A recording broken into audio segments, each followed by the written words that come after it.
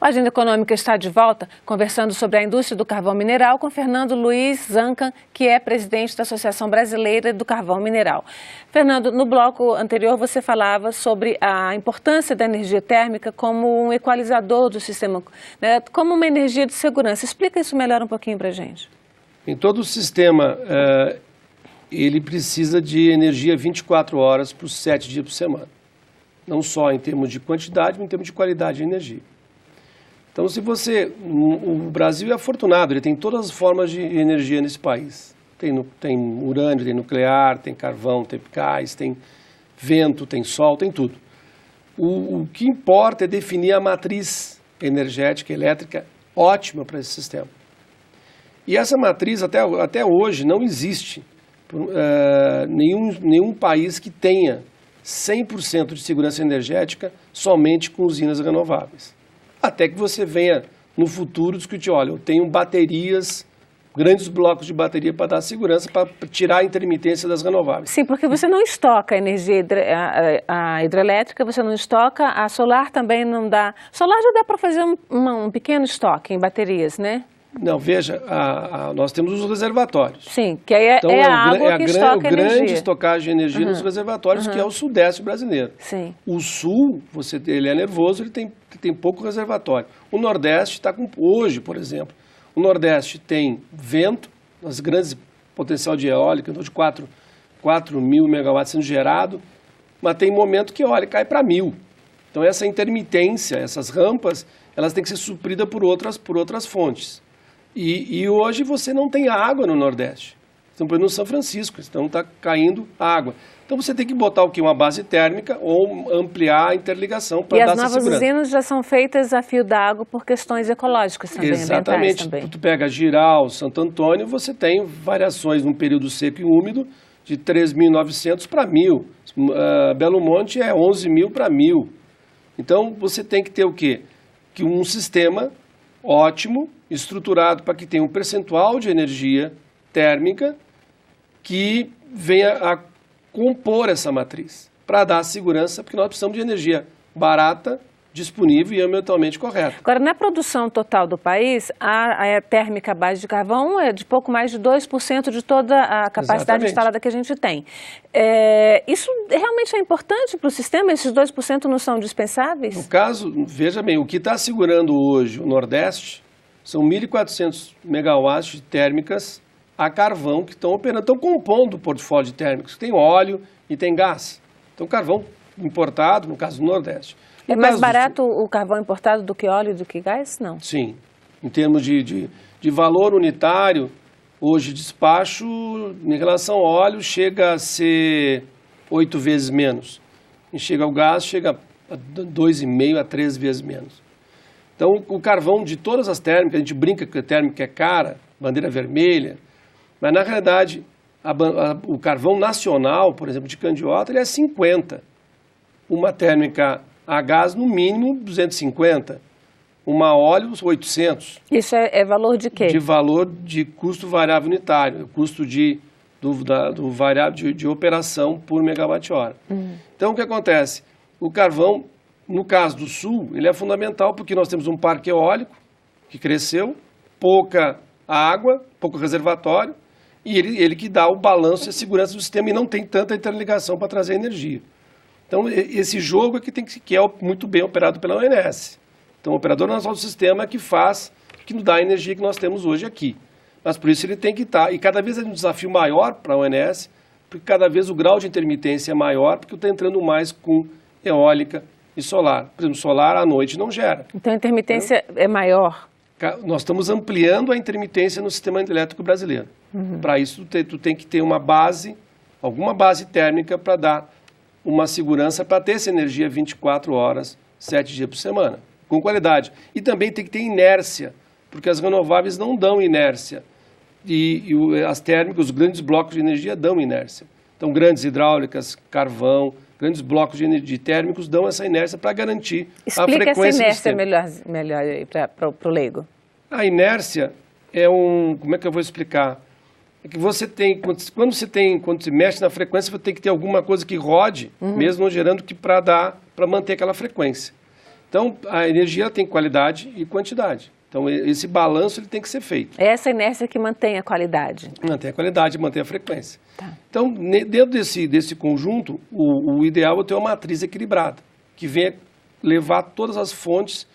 Você tem, por exemplo, mas a Noruega não tem pouca térmica, mas ela pega a energia da Suécia, tem um sistema por trás para quando falta, você tem alguma alternativa.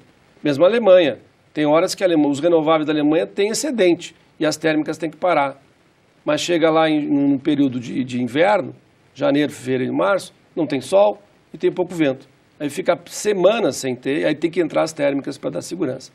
Então, o grande desafio do planeta hoje é tratar com a intermitência da entrada das fontes renováveis. O que se busca e todo mundo tem ciência, de que tem que ter formas de energia despachável com baixo carbono. E aí entra as energias, a nuclear, que tem baixo carbono, e entra as térmicas com CCS. Quer dizer, o futuro do planeta vai ser isso, você ter uma grande quantidade de renovável, mas tem blocos de térmicos de baixo carbono que vão estar operando. O que é CCS que você está falando? CCS é Carbon Capture and Storage, ou seja, captura e armazenamento de carbono. Para não mandar para a atmosfera. Num chaminé ou num carro, com um tanque na saída de um carro, sai em torno de 12% a 13% de CO2, junto com outros gases. Então, tu tens que pegar e juntar esse gás, torná-lo puro, e aí libera os outros gases sem nenhum tipo de efeito, e esse gás você concentra e joga para algum lugar. E joga onde? Aí tem alternativas. As que te geram retorno financeiro chamam-se você reinjetar esse CO2 em poços de petróleo para retirar mais petróleo. E ele fica lá embaixo, o CO2.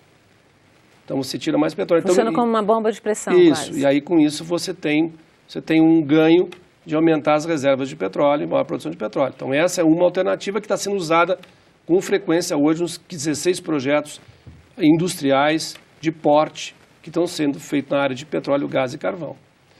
Lá nos Estados Unidos, por exemplo, eles têm depósito de gás e o gás é CO2. Eles mineram, tiram esse CO2 desse depósito, mandam a 5.000 quilômetros, ele tem 5.000 quilômetros de pipeline, de gasodutos, levando CO2 para jogar em poços de petróleo velhos, para recuperar mais petróleo. Então é uma atividade hoje tranquila e comercial e que funciona nos Estados Unidos, basicamente funciona. Então, quando você captura, você capturou, você pode, essa é a primeira forma. A segunda forma, como é feito hoje na Noruega, ele estará, na realidade, jogando para um aquífero salino, que é um tipo de uma esponja, um aquífero, que aquela água não vai ser usada porque ela é salina, e tu joga o CO2 lá embaixo, e ele fica estocado. Tem um projeto na Noruega, que já está há 16 anos estocando 1 milhão de toneladas de CO2 por ano e fica lá esse CO2. A outra forma é tu usar o CO2. Nossa Coca-Cola, nossa Pepsi, enfim, nosso refrigerante tem CO2 puro. Então é usado CO2 também em algumas indústrias. Originário do carvão. Eu não sei se dizer do carvão, mas que ele é produzido de alguma forma ou de reservatórios que já sejam puros em CO2. E a outra forma é tu mineralizar o CO2 e jogar esse CO2 de volta para a mina de carvão, que é o que nós estamos fazendo hoje no Brasil, num projeto de pesquisa e desenvolvimento que nós estamos desenvolvendo lá no Centro de Tecnologia de Carvão Limpo, lá em Santa Catarina. Agora, essas plantas que nós temos são antigas e não permitem ainda essa captura de carbono, não permitem o reaproveitamento. Como é que a gente pode, o que precisa então para renovar esse parque tecnológico brasileiro da indústria do carvão? Nós apresentamos ao Ministério do Meio Ambiente uma plataforma que envolve 3 pontos. O primeiro, substituir esse parque velho por um parque novo com mais eficiência. Esse é o primeiro. Em 1.300 você aumenta a eficiência de 29 para 40. Segundo, você começar a utilizar plantas, tecnologias que você possa incorporar na planta de carvão, na usina de carvão, biomassa acoplada. Com isso cada ponto de biomassa, 1 ponto a menos de CO2. Como elas estão mais concentradas no sul, que tipo de biomassa poderia ser utilizada? Basicamente floresta plantada de eucalipto, alguma coisa desse tipo. Então você poderia incorporar biomassa dentro da caldeira e aí aumentar a eficiência de 45, por exemplo, para 55. Então seria uma usina mista. Exatamente. Biomassa e carvão. Isso já é feito no planeta inteiro. A Holanda faz muito isso. E o terceiro ponto é chegar na captura do CO2, que comercialmente espera-se, desde que haja um compromisso mundial para fazer a curva de aprendizado dessas plantas, ou seja, fazer o que fizeram com eólica, com solar, em que se deu um incentivo e a indústria conseguiu reduzir os custos, fazer que a indústria do captura do CO2, das plantas com captura de CO2, possa ter um custo competitivo. Aí a partir de 2030 a 35. Vamos voltar um pouquinho para a questão ambiental, porque a gente falou aí da emissão de componentes físicos, né, a fuligem, e também do CO2. O que é feito com essa fuligem que antes ia para o ar, que agora não está mais indo? Ela é estocada, ela fica lá um monte de lixo, e mesmo assim ainda tem uma determinada quantidade de rejeito. O que é feito com esse rejeito?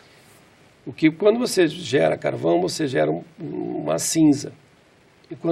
E essa cinza, se não tivesse os filtros, iria para a atmosfera. Então tem os filtros e com isso você reduz os particulados a níveis aceitáveis na legislação. E cada vez mais a legislação aperta mais e você vai com a tecnologia reduzindo. Tem usina no Japão que tem quase zero de emissão de particulados. Bom, o que acontece com essa cinza? No caso da cinza brasileira, é uma cinza pozolânica. Então você usa isso para botar num saco de cimento.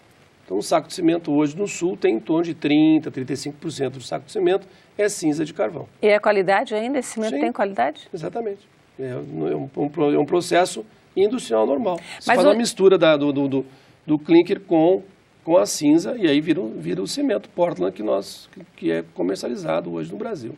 No mundo inteiro é feito isso. No Brasil, no sul especificamente. Tá.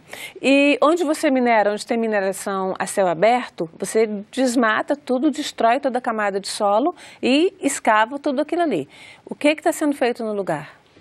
Bom, quando você abre uma mina, você projeta o fechamento dessa mina. E o ambiente que você, vamos dizer assim, entropizou, você mexeu, esse ambiente tem que ficar melhor do que estava antes. Então, por exemplo, minas de céu aberto. Tem minas no Rio Grande do Sul, que foram perto de Porto Alegre, que hoje, eram fazendas antigamente, foi tirado o carvão e foi totalmente recomposto as camadas de solo, foi plantado e hoje você tem pastagens melhores do que era antes da mineração. Então, a questão ambiental da mineração é totalmente equacionada no momento que você pensa na mina. Você não abre uma mina hoje sem ter todos os procedimentos perante a legais e tu deixa ela melhor do que ela estava antes. Como é que está esse caminho de modernização, então, da indústria do carvão mineral no Brasil? Bom, modernização depende de uma política industrial para o carvão brasileiro.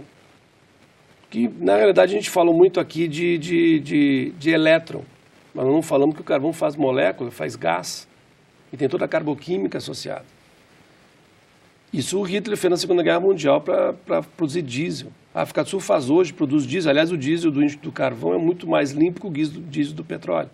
O diesel do carvão tem zero enxofre, o petróleo tem enxofre.